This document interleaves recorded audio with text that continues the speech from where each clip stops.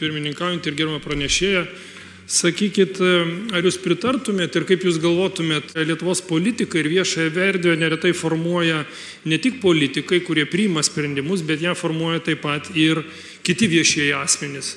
Žurnalistai, visuomenininkai ir visi kiti asmenys. Ar jūs pritartumėt, kad šį skaidrumo standartą reikėtų taikyti ir plačiau, išplėsti į tuos asmenys, kurie iš tiesų formuoja darbotvarkę ir politinę darbotvarkę ir visuomeninę darbotvarkę. Šiaip tai, kad demokratijos ir socialinių tinklų laikais darbotvarkę gali formuoti tas, kas turi daugiau sekėjų, tokia yra realybė, matyti tą realybę reikia atsižvelgti, bet turbūt mes nerasime čia kažkokio objektyvaus kriterijaus, nes turbūt nei pagal Facebooko draugų skaičių, nei pagal sekėjų socialiniuose tinkluose skaičių, nei kažkaip kitaip negalėsite tų žmonių rato apibrėžti. Tai man atrodo, kriterijai turi būti objektyvūs. Politikai, valstybės tarnautojai, žmonės, kurie dirba savivaldybių įvairiose institucijose, kurie gauna darbo užmokestį iš biudžeto. Kaip matote, Šimonytė nepritarė didesniam skaidrumui, bet kiek tai liečia valdančiosios daugumos politikus, jai skaidrumo nepakanka. Tai norėčiau, kad būtų visur balansas. Jeigu jau norime skaidrinti, tai skaidrinkim visur. Jeigu visi vieši asmenys imtų ir deklaruotų viešuosius ir privačiosius interesus, galbūt žinotumėm, kas organizuoja mitingus, tie žmonės irgi tampa vieši, ar ne? Žinotumėm tos vadinamasias žiniasklaidas, nežiniasklaidas valdantis asmenys, kokie pas juos yra vieši ir privatus interesai ir būtų daug aiškiau žinoti jų skleidžiamas tiesas ar melus.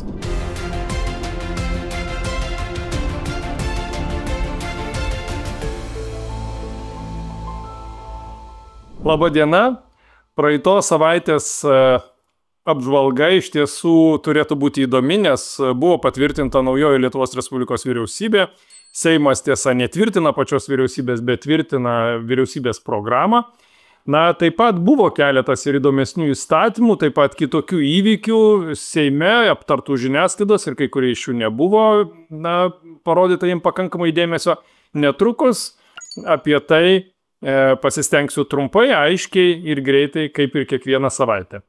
Kalbant apie Lietuvos Respublikos vyriausybę naują, tai akivaizdu, kad vyriausybė turėjo startuoti, nes jau 2 mėnesiai visa valstybė veikė be valdžios.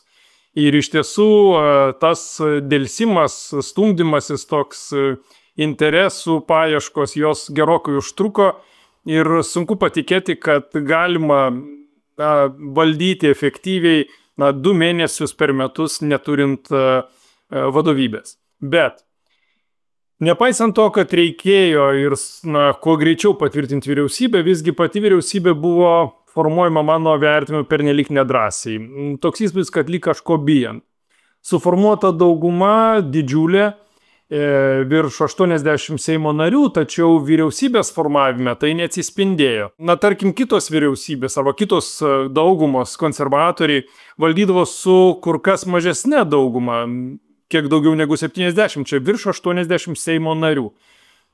Realiai dabartinė dauguma galėtų valdyti nieką nesidairydama. O gaunasi gana keistai. Štai socialdemokratai vyriausybėje neturės nė pusę socialdemokratų ministrų, nors koalicijoje turi beveik 2/3 balsų. Socialdemokratų garbės pirmininkas Andriukaitis kvietė drąsiai ir net nepritarė prezidento nepagarbioms ir mano vertinimu teisiškai net ir nepagristoms iniciatyvoms formuojant vyriausybę. Iš esmės, vyriausybės formavime prezidentas vykdė opozicijos reikalavimus. Kalbėčiau dėrėtų turbūt apie energetikos ministro poziciją, kuri panašu buvo ypač svarbi ir prezidentui, ir konservatoriams. O galbūt jų abiejų rėmėjams. Tačiau, kaip sako liaudyje, lazda turi 2 galus. Nepaisant to, kad prezidentas vykdė iš esmės konservatorių politiką formuojant vyriausybę, opozicijos reikalavimų vykdymas prezidentui atsisuko vėzdu. Prezidentas kartu su Nemuno aušros kultūros ministru tapo nemėgiamiausiais ir nekviečiamiausiais. Vadinamieji protestuojantis kultūros darbuotojai neįsileidžia arba žadėjo neįsileisti jų nei į knygų mugę, nei į Čiurlionio minėjimus. Kitaip tariant, nors prezidentų ir opozicijos interesai formuojant vyriausybę sutapo, jų konservatorių vadas Laurynas Kasčiūnas prezidentą netgi viešai pagyrė, tačiau realiai mano vertinimu, buvo užleisti taip vadinamieji kultūrininkai, protestuoti prie prezidentūros. Paaštrėjo ir socialdemokratų požiūris į prezidento veiksmus. Vien ko verto socialdemokratų garbės pirmininko Andriukaičio tokios gana taiklios ir kandžios replikos. Šalia to pasigirdo ir kvietimai apkaltai. Prezidentas akivaizdžiai prarado, mano vertinimu, turėto autoriteto Lietuvoje ir panašu, kad ir užsienyje to autoriteto pradėjo stigti, o gal jau stigo ir anksčiau. Diplomatijos pasaulyje užuominos neretai reiškia ypač daug, o tokia užuomina, mano vertinimu, buvo pateikta Jungtinių tautų asamblėjoje, kurioje ką tik kalbėjo mūsų prezidentas. Pranešant apie tai, kas kalbės, tiek mūsų prezidento vardas, tiek ir mūsų valstybės pavadinimas buvo, švelniai tariant, iškraipyti. An address by His Excellency Gatinas Nausėda, President of the Republic of Lithuania. Sunku patikėti, kad Jungtinių tautų asamblėjoje sekretoriaujantis nežino valstybių pavadinimų, neišmoksta jų prezidento vardų prieš viešai juos perskaitant. Bet grįžkime iš Livonijos į Lietuvą. Ar dera džiaugtis suformuota naująją vyriausybę, ta, apie kurią tik kalbėjau? Bent man asmeniškai 4 ministrai nekelia pasitikėjimo. Štai tik patvirtintas ministras Budrys Seimo salėje pristatė įstatymą dėl Lietuvos Respublikos vyriausybės ir Europos tarybos susitarimo dėl bendradarbiavimo steigiant Europos tarybos informacijos punktą Baltarusijos žmonėms Vilniuje, Lietuvoje. Kitaip tariant, Vilniuje steigiamas Europos tarybos biuras, Baltarusija nėra Europos tarybos narė, o Europos taryba yra ta institucija, kuri, užtikrina žmogaus teisių standartą ir jos įgyvendinimą, prie jos veikia Europos žmogaus teisių teismas. Tai štai šios institucijos biuras turėtų būti įsteigtas Vilniuje ir padėti Baltarusijos žmonėms, kurie susidurtų su žmogaus teisių pažeidimais ir negalėtų jų apginti Baltarusijoje. Nes, kaip jau minėjau, Baltarusija nėra Europos tarybos narė, nepripažįsta ir Europos žmogaus teisių teismo jurisdikcijos. Iš principo pats įstatymas ir pati idėja tikrai gera, nes mes esame Europos tarybos nariai, mes remiame Europos tarybos pagrindinį dokumentą, tai yra Europos žmogaus teisių konvencija. Taip pat remiame ir Europos tarybos pačią tarybą, remiame Europos žmogaus teisių teismą. Mūsų žmonės gali jį kreiptis ir išsireikalauti tų teisių, kurių neapgina Lietuvos valstybė, ir tokių bylų yra iš tiesų pakankama. Bet čia yra vienas bet. Kai tik tai peržiūrėjau dokumentus, kurie buvo susijęs su šio įstatymu, pamačiau tenais Vytauto Landsbergio parašą, Gabrieliaus Landsbergio parašą. Ir man iš karto kilo mintis, kad tokiu būdu šitas Seimas vykdys ankstesnės vyriausybės įsipareigojimą. Iš principo lyg jisai ir neblogas, tačiau žinant, kokia buvo užsienio politika Gabrieliaus Landsbergio vykdymo metu, kiek žalos jie atnešė Lietuvai, pasigilinau šiek tiek giliau. Šiaip Europos tarybos informacinis biuras yra išties gerai, pati Europos taryba užtikrina žmogaus teises ir laisvės ir tai yra tikrai svarbus elementas Baltarusijos žmonėms. Pati Baltarusija nėra Europos tarybos narė ir tai yra problema. Bet klausimas čia yra šiek tiek gilesnis dėl to, kad matau, kad visas procesas pradėtas prie Gabrieliaus Landsbergio. Ir Gabrieliaus Landsbergio parašo matau po šito susitarimu. Ir iš karto man kyla klausimų, ar galima pilnai pasitikėti tas, kas yra ten parašyta. Todėl klausimai tokie. Pirmas, koks biudžetas šito biuro yra? Antras klausimas, kokias šalis aptarnau šitas biuras, tai yra iš kur Baltarusijos piliečiai galės kreiptis. Ir trečias klausimas, ar tame biure, nes tame biure nebūtinai dirbs Europos tarybos pareigūnai, bet gali dirbti ir vietiniai, ar tame biure dirbs ir pareigūnai iš Cichanovskio ir Cichanovskojos biuro darbuotojai. Ačiū už klausimą. Dėl darbuotojų taip pat spręs pati Europos taryba. ką jie nuspręs ten įdarbinti, jeigu nuspręs samdyti dar vietinio ten kokio personalo, aš ją spėlioti negaliu, lygiai taip pat kaip ir dėl pačios veiklos apimties. Iš mūsų pusės, įsipareigojimas yra susijęs su irgi tam tikrų apribojimų, kiek tų patalpų bus ir kaip ta veikla atrodys. Bet kaip ir minėjau, tai biudžetas priklausys nuo to, kokia bus veikla. Mūsų įsipareigojimas, kaip priimančios valstybės, yra suteikti patalpas ir susijusias su veikla įvairias privilegijas. Tai ir tiek. Pats parašas, kas pasirašė, šitoje vietoje aš tikrai nenorėčiau, kad mes savo užsienio politikos dokumentus vertintume pagal tai, kas yra padėjęs parašą, tai yra Lietuvos Respublikos vyriausybės įgalioto asmens parašas, teikia dabar jums Respublikos prezidentas ratifikavimui. Ir aš atribočiau nuo konkrečių asmenų. Pats biuras ir jo veikla buvo kaip vienas iš elementų Lietuvos pirmininkavimo ministrų tarybai Europos tarybos tuo metu, tai vienas iš rezultatų mūsų pasiektų, o veikla dėl tų priežasčių, ką jūs ir įvardinot, nes Baltarusija nėra Europos tarybos narė ir nėra dėl rimtų tuo metu kilusių 90-ųjų antroje pusėje abejonių dėl žmogaus teisių padėties Baltarusijoje. Mes žinome, kur jinai yra.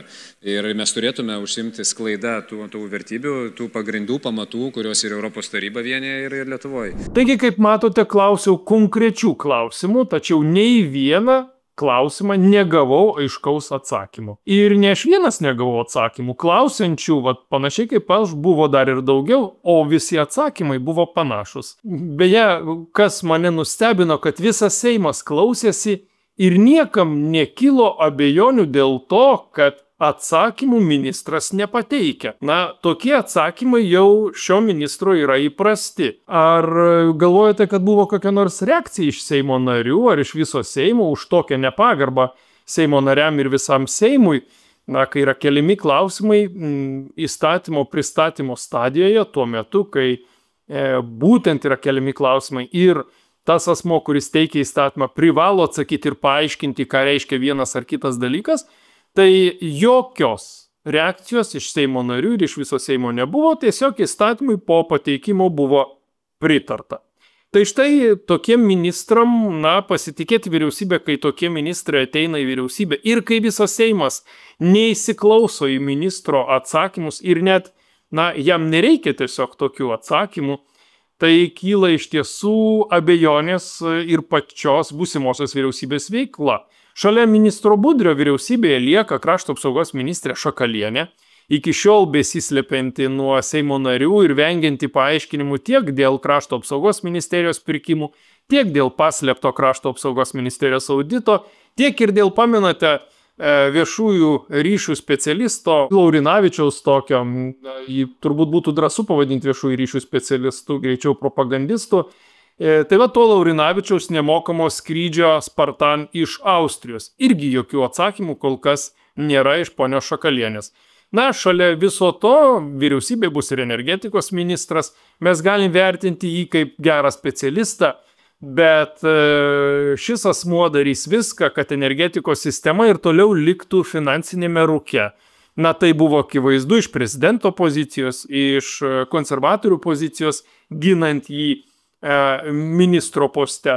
Ir naujasis kultūros ministras. Galbūt jis geras žmogus, kaip jis pats ir sakė, paprastas žmogus, nepaminėjimo Čiurlionio gimimo metinių dieną nevertas. Tačiau būkime objektyvus, neturintys nemenkiausio supratimo nei apie valstybės valdymą, nei apie kultūros sritį. Nors ir labai norėtume, tačiau geras žmogus nėra pajėgus reformuoti pelkėje esančios sistemos. Tam reikia visų pirma išmanančio. O sistemas reikia reformuoti. Ypač po tokio valdymo, kuris buvo per tuos praėjusius 4 Seimo kadencijos metus. Ir reformuoti reikia kuo greičiau, nes pasipriešinimas bet kokiem pokyčiam tik didėja.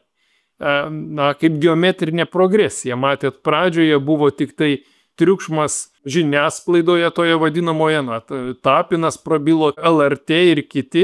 Dabar jau daromi mitingai, jie gausėja jie darosi vis intensyvesni ir tas pasipriešinimas augs, todėl pokyčiai turi būti kuo greitesni. Tikėtis, kad juos gali vykdyti žmogus arba žmonės nedalyvavę valstybės valdyme, neišmanantis net ir valdymo specifikos, bet kokios organizacijos valdymo specifikos. Na, turbūt tokių lūkesčių nereikia puoselėti, jie tiesiog būtų naivūs. Iš kitos pusės, naujoje vyriausybėje bus ir pajėgių, ir tikiu padorių ministrų. Dalis sričių, noriu tikėti, pavyks patobulinti. Pavyzdžiui, manau, kad socialinė apsauga neliks nepastebėta, kad ir premjerė yra iš tos srities, sveikatos apsauga. Vis dėlto pajėgių ir drąsių ministrų naujoje vyriausybėje gerokai mažiau, nei jų reikėtų tam, kad iš esmės pakeisti anos valdžios valdymo pasekmes. Todėl suteikti pasitikėjimo mandatą šiai vyriausybei ganėtinai sunku. Ir vilties, kad jai pavyks iš tiesų reformuoti iš esmės paliktą politinę sistemą, mažai. Jeigu ne dar griežčiau, labai mažai. Norėčiau klysti, o po kelių mėnesių galėsime pasitikrinti.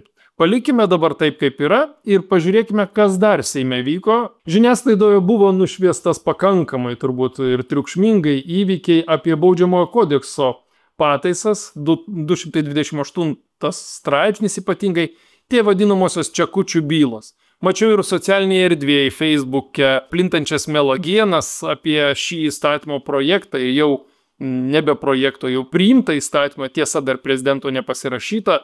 Tai skubu paaiškinti, kad iš tiesų Facebook'e mačiau ir ne vieną melą, nes įstatymo redakcija, būtent baudžiamojo kodekso 228 kodekso straipsnio redakcija, kuri reguliavo ir tame tarpe lietė tas čekučių bylas, ji palikta visiškai tokia pati, kokia buvo ir iki šiol. Išskyrus sankcijas. Sankcijos yra suderintos su kitais kodekso straipsniais ir dabar už minėtas veikas asmuo gali gauti iki 6 metų nelaisvės arba, jeigu tai yra lengvesnė veika, iki 3 metų laisvės atėmimo. Ir čia iš karto noriu atkreipti dėmesį į tai, kad visi patobulinimai ir pakeitimai buvo, pradžioj buvo iš tiesų bandyta ir noras buvo pakeisti ir paties straipsnio dispoziciją, kitaip tariant, už ką būtų baudžiamas asmuo, buvo dalis veikų, kurios būtų likusios nebaudžiamas, dabar to nėra ir realiai asmenys, kaip buvo baudžiami, kaip buvo persekiojami už minėtas veikas, turtinė ir neturtinė žala, taip ir lieka persekiojami, todėl šitas pakeitimas tikrai neturi tokių pasekmių, kurios buvo nušviestos, mačiau, sakau, socialinėje erdvėje ir žiniasklaidoje. Kitas dalykas, kad tos veikos buvo iš tiesų už 800 eurų galimo pasisavinimo lėšų ar 500 eurų galimo pasisavinimo lėšų laikyti, kad tai yra labai sunkus nusikaltimas ir 7 metai nelaisvės, tai būtų iš tiesų, žiūrinti visą bendrą kodeksą, tai yra netinkama ir netikslu. Tai šitą įstatymo patikstimą Seimas priėmė ir mano supratimu jis yra visiškai racionalus ir teisingas, nes prokuratūra neretai tuos 800 eurų bylas persekioja, 500 eurų bylas persekioja ir nepersekiojamas milijoninės bylos, milijoninę žalą sukėlė Lietuvai įvykiai. Lygiagrečiai iš karto ir pristatau, kas atsitiko, kiek tai liečia praeitą savaitę. Būtent su čekučiais atėjo generalinė prokurorė, paprašė Eugenijų Sabutį patraukti baudžiamon atsakomybėn, taip pat ir Tomą Martinaitį, abu socialdemokratai. Tai šie du Seimo nariai iš karto atsisakė teisinės neliečiamybės patys ir Seimui iš esmės nereikėjo balsuoti, sudaryti komisijų ir panašiai. Taip pat generalinė prokurorė atvyko ir pranešė apie Sauliaus Bucevičiaus iš Nemuno aušros teisinės neliečiamybės naikinimą. Tai yra būtent tas asmuo, kuris kaltinamas dėl 800 eurų galimo pasisavinimo, dėmesio ne tūkstančiai, ne 10 tūkstančių, 800 eurų. Ir tik tai kol kas labai įdomiai įvyko situacija, kad pati opozicija kreipėsi į Seimą ir paprašė pertraukos iki kito posėdžio ir todėl balsuoti Seimui kol kas nepavyko ir paties Sauliaus Bucevičiaus pranešimo apie tai, ko jis norėtų ir kaip jis ketintų elgtis šiuo atveju nebuvo. Viską išgirsime kitą savaitę. Iš priimtų įstatymų turbūt vienintelį, kurį vertėtų paminėti praeitą savaitę, tai yra aviacijos įstatymą ir karinės jėgos naudojimo statutą. Abu aš juos esu aptaręs, jau tai yra tie teisės aktai, kurie susiję su galėjimu Lietuvai ir pasirengimu Lietuvai nedelsiant numušti svetimus objektus Lietuvos oro erdvėje. Tai ypatingos skubos tvarka buvo pateikimas šių įstatymų projektų ir jau jie yra priimti. Iš tiesų galiu tik tai pasakyti, kad labai gera reakcija tiek iš Krašto apsaugos ministerijos šiuo atveju, tiek ir Susisiekimo ministerijos labai greita koordinuota ir mes ko gero per porą mėnesių turim įstatymą jau priimta nuo to, kai atsirado tokie įvykiai ir įstatymo priimimas iš tiesų, sakyčiau, kad labai efektyviai suveikė ir reikėtų šiuo atveju pagirti šias dvi ministerijas jų veikimą. Kokie įstatymai buvo pateikti, dar nepriimti, bet tik pateikti ir Seimas ėmėsi jų svarstyti. Kalbu apie juos jums tam, kad žinotumėt, kad reikėtų sureaguoti, jeigu jis liečia jūs. Tai asmens su negale teisių apsaugos pagrindų įstatymas keičiamas ir padedama asmenims su negale įsigyti šunį pagalbininką ir kompensuojamos bus jo išlaidos, jeigu bus šitas įstatymas priimtas. Veiksmingas teisinis šunų pagalbininkų pagalbos teikimo su negali mechanizmas visas įtvirtinamas ir taip toliau. Tai tikrai asmenims su negale šis įstatymas, kuriems reikia šuns pagalbininko, iš tiesų turėtų palengvinti jų dalią. Sveikatos draudimo įstatymo pakeitimas, pasiūlymas. Galų gale, jeigu nors žmonėms tai galbūt kiekvienam asmeniui tai nėra labai reikšmingas pakeitimas, tačiau valstybiniu aspektu jisai iš tiesų reikšmingas, todėl jie atkreipiu dėmesį. Iki šiol tie asmenys, už kuriuos valstybė mokėdavo privalomai sveikatos draudimą, valstybė paprastai už juos mokėdavo ženkliai mažiau negu patys asmenys mokėdavosi už save, tais atvejais, kai pats asmo privalo mokėti už save sveikatos draudimą. Tai štai nuo 27 metų ketinama reformuoti šią sistemą ir didinti valstybės išlaidas privalomai sveikatos draudimui tiems asmenims, už kuriuos valstybė moka privalomai sveikatos draudimą, iki dydžio, kol jis sudarys 75%.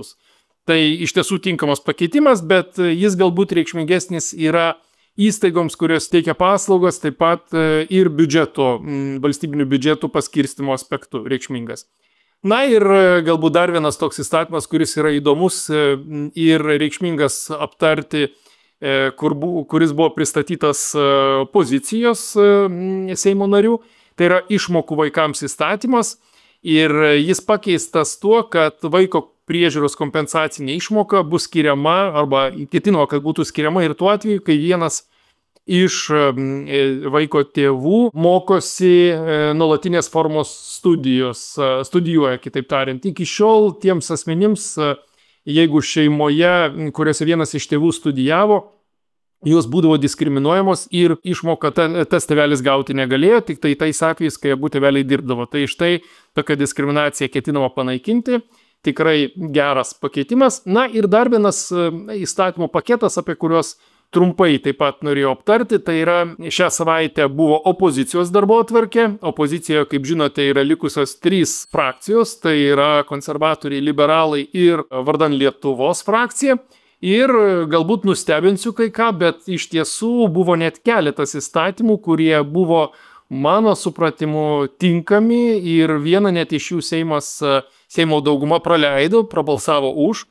Ir aš juos tikrai pristatysiu, nes mano supratimu ir opozicija pateikė tikrai keletą reikšmingų ir gerų pasiūlymų, iš kurių vienas gavo ir daugumos palaikymą.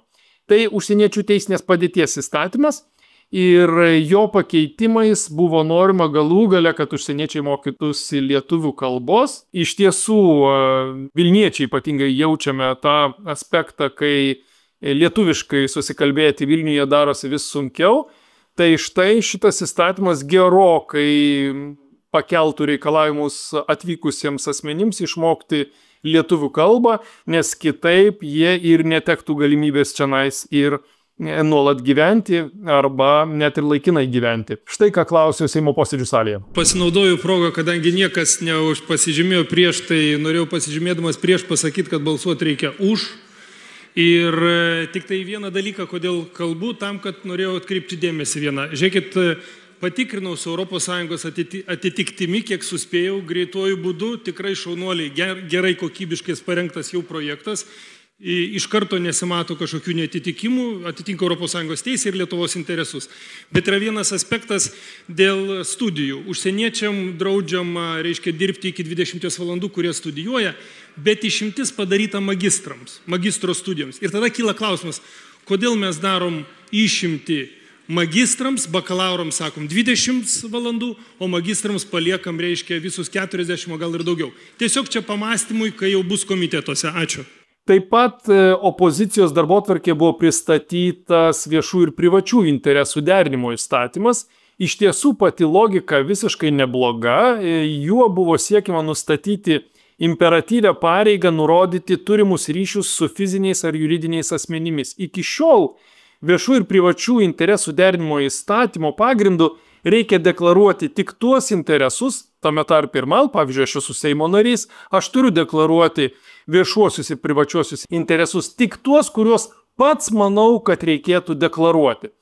Tai šiuo įstatymo pakeitimu buvo norima, kad reikėtų deklaruoti visus, kurie viršyje 5000 eurų sumą, kitaip tariant, jeigu yra sandoris ir viršyje 5000 eurų sumą, tokį sandorį reikėtų deklaruoti, nepaisant to, ar deklaruojantis asmo mano, kad jisai pažeidžia tos viešųjų privačių derinimo įstatymą, ar nepažeidžia ir negalėtų net pažeisti. Yra tam tikrų niuansų, kad galbūt tai yra jau ganėtinai toli nužengiama į asmens privatumą, bet žinot, vieši asmenys, tame tarpe ir politikai, nėra vieši. Yra vieši, nėra nevieši, todėl tokiu deklaravimu iš tiesų panaikintumėm bet kokias galimybės ir norą kažką nuslėpti. O aš šalia to klausiau, beje, pristatė šį įstatymą, kuris mano supratimu visiškai neblogas, pristatė Šimonytė ir Šimonytės aš paklausiau, ar ji nebūtų prieš, kad mes praplėstumėm ir asmenų ratą, kurie turėtų tai deklaruoti, nes iki šiol kai kurias televizijas turintys asmenys, na pavyzdžiui toks ponas Tapinas, arba kai kurie žurnalistai, kurie, skelbėsi, kad nėra galbūt žurnalistai, kiti sako, jie yra žurnalistai, vieši asmenys, jie turi teisę nedeklaruoti viešų ir privačių interesų. O mano supratimu, Lietuvoje skaidru būtų gyventi, jeigu vieši asmenys, iš tiesų visi vieši asmenys, imtų ir deklaruotų viešuosius ir privačiuosius interesus, galbūt žinotumėm, kas organizuoja mitingus, tie žmonės irgi tampa vieši ar ne, žinotumėm tos vadinamasias žiniasklaidas, nežiniasklaidas, valdantis asmenys, kokie pas juos yra vieši ir privatus interesai ir būtų daug aiškiau žinoti jų skleidžiamas tiesas ar melus. Štai ką paklausiu ir štai ką Šimonytė atsakė. Pirmininkaujant ir gerbama pranešėja, sakykit, ar jūs pritartumėt ir kaip jūs galvotumėt, reiškia Lietuvos politikai ir viešąją erdvę neretai formuoja ne tik politikai, kurie priima sprendimus, bet ją formuoja taip pat ir kiti viešieji asmenys. Žurnalistai, visuomenininkai ir visi kiti asmenys. Ar jūs pritartumėt, kad šį skaidrumo standartą, kurį jūs pristatėte, ko gero gal ir racionalų, kiek tai liečia politikam, reikėtų taikyti ir plačiau, išplėsti į tuos asmenys, kurie iš tiesų formuoja darbotvarkę ir politinę darbotvarkę ir visuomeninę darbotvarkę ir kuo daugiau skaidrumo būtų tiek mūsų politikų, tiek viešųjų asmenų atžvilgių, tuo turbūt būtų ir jūsų siūlymo tikslai pasiekti, ar aš teisingai suprantu? Man atrodo, kad neveltui, ačiū už klausimą, neveltui vis dėlto yra tam tikros kategorijos asmenų ir tai yra globali praktika, nes interesų deklaravimas nėra čia Lietuvoje kažkoks išrastas dalykas. Tam tikras ratas asmenų, kurių duomenų paskelbimas yra laikomas viešuoju interesu. Ir politikai turbūt čia jau yra žmonės be klausimo, bet tas sąrašas vis dėlto yra labai ilgas. Ten nėra tik politikai arba tik valstybės tarnautojai. Ten yra ir dalis žmonių, kuriuos įprastai laikytumėm gal privačiais asmenim, bet jeigu jie turi, pavyzdžiui, sandorių, kurie yra susiję su tam tikrais ES lėšomis ar kitomis konkrečiomis aplinkybėmis, kada tas interesas jau yra pagristas. Šiaip tai, kad demokratijos ir socialinių tinklų laikais darbotvarkę gali formuoti tas, kas turi daugiau sekėjų, tokia yra realybė, matyti tą realybę reikia atsižvelgti, bet turbūt mes nerasime čia kažkokio objektyvaus kriterijaus, nes turbūt nei pagal Facebooko draugų skaičių, nei pagal sekėjų socialiniuose tinkluose skaičių, nei kažkaip kitaip negalėsite tų žmonių rato apibrėžti. Tai man atrodo, kriterijai turi būti objektyvus, politikai, valstybės tarnautojai, žmonės, kurie dirba savivaldybių įvairiose institucijose, kurie gauna darbo užmokestį iš biudžeto. Čia yra dalykai, kurie yra lengvai apibrėžiami. Jeigu jūs turite kažkokį būdą, kaip aiškiai apibrėžti tokių asmenų kategoriją, tai matyt, kad viską pasaulyje galima svarstyti, bet tai turi būti aiškiai apibrėžiama asmenų kategorija tam, kad viešas interesas irgi galėtų būti aiškiai įvardintas. Tai ačiū labai. Kaip matote, Šimonytė nepritarė didesniam skaidrumui, bet kiek tai liečia valdančiosios daugumos politikus, jai skaidrumo nepakanka. Tai norėčiau, kad būtų visur balansas. Jeigu jau norime skaidrinti, tai skaidrinkim visur. Šalia to opozicijos darbotvarkėje buvo pristatyta ir keistų įstatymų. Štai, pavyzdžiui, buvo pristatytas draudimo propaguoti totalitarinius ir autoritarinius režimus ir jų ideologijas įstatymo pakeitimas. Ir šituo draudimu buvo norima nustatyti draudimą įvežti daiktus, įvairius kūrinius, leidinius. Buvo norima drausti tranzitą per Lietuvą šitų totalitarinių ir autoritarinių režimų kūrinių ar atvaizduojančių tam tikrų objektų, daiktus ir panašiai. Ir tai kėlė didžiulės abejonės tai, kas yra daroma, nes, kaip žinote, autoritariniai režimai yra gana platus ir autoritarinius režimus mes galėtume įvardinti, net ir kai kurie istorikai, pavyzdžiui, Smetonos režimą įvardina kaip autoritarinį režimą. Tai čia buvo iš tiesų pasiklysta. Ir buvo klausimų ir apie tai, o aš klausiau, kaip tai dera su ES teise. Gerbiama kolegė, mes panašų projektą, gal kiek išplėstą, nagrinėjom Teisėtvarkos komiteto posėdžiuose dėl administracinių nusižengimų kodekso pataisų. Tai pirmas klausimas ir susijęs su tuo, kodėl siūlote šiame įstatyme, o ne kaip ir turėtų būti administracinių nusižengimų kodekse. Bet tai toks formalus, jį galima būtų pataisyti jau jeigu įstatymas turėtų savo eigą. Klausimai rimtesni. Pirmas, jau antras tada būtų. Šituo įstatymu draudžiama gabenti iš vienos ES valstybės narės į kitą per Lietuvą. Mano klausimas, ar jūs nagrinėjote ES muitinės kodeksą, ar jis leidžia tokį draudimą, nes pagal ES muitinės kodeksą įsakmiai yra nustatyta vidaus tranzito procedūra ir valstybė narė privalo suteikti teisę taip veikti. Ir iš karto antras klausimas, o kodėl jūs draudžiate tokį tranzitą, bet leidžiate tranzitą tarp trečiųjų šalių? Tai yra, jeigu būtų tranzitas tarp Baltarusijos ir, pavyzdžiui, Islandijos per Lietuvą ir po to laivais, tai toks draudimas būtų leidžiamas pagal jūsų pataisas. Ačiū. Ačiū labai, kolega. Pirmiausiai tikslas yra, kad nebūtų įvežama čia, nes žinome, kad ir pervežant, ar ne, atsiranda galimybės ir paskatos palikti čia tą krovinį. Tai čia pagrindinis dalykas. Administracinių nusižengimų kodekse yra ne viena nuostata, kur mes draudžiame per Lietuvos Respublikos teritoriją gabenti daiktus. Ir vis tik tai kalbame apie nacionalinio saugumo dalykus, tai tikrai turime galimybę ir pagal ES teisę priimti savo ribojančias priemonės šitiems klausimams spręsti.